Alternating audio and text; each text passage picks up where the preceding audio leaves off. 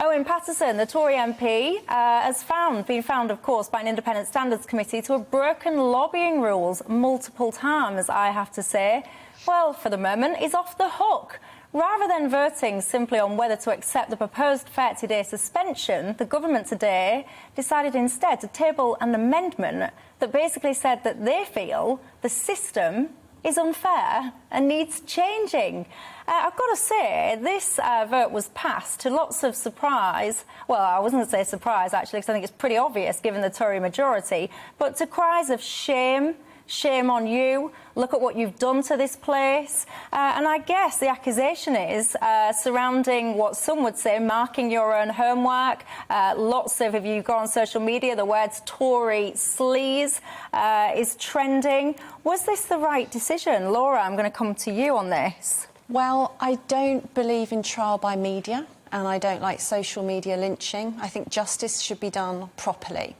And actually, the problem with this is that justice was not done properly. The Commissioner, Catherine Stone, has said she'd made up her mind about Owen Paterson before she started the inquiry. And none of the 17 witnesses he put forward were interviewed. Their evidence wasn't heard. So this inquiry has really bad flaws. And the timing is unfortunate. This timing is unfortunate. Trying to change the way that you investigate misuse of lobbying while you're in it doesn't look good. But I think actually tabling these amendments is right. It's probably the right thing to do. Well, Nikki Laura says the timing is unfortunate. Some might say the timing is downright corrupt.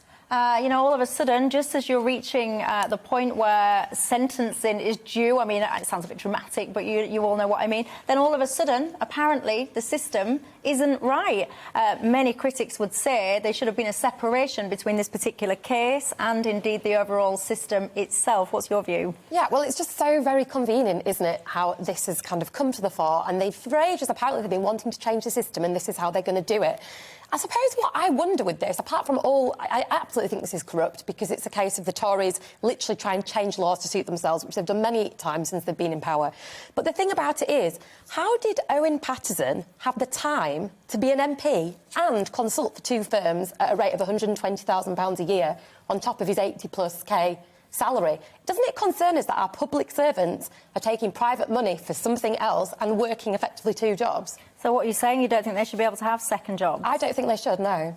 So you think they should only do the work? Most of the rest of you know, most people with an employment contract in this country are not allowed to have a second job. It's just kind of in the basic terms of that. So as a public servant shouldn't have second jobs. Oh, Alan, your thoughts? Well, I think the thing is that one of the things is it depends on what's actually being done, and I think that you have to have due process to see what's happened. I think it's certainly the case that there's a lot of distrust, we know today, around lobbying and things like that. And if you're in a position, an elected position, and then you're using that position to advocate certain things, like we have seen recently in other examples, then that's very problematic. I also think there's sometimes a lot of platitudes used about things like lobbying, big business, big this, big that.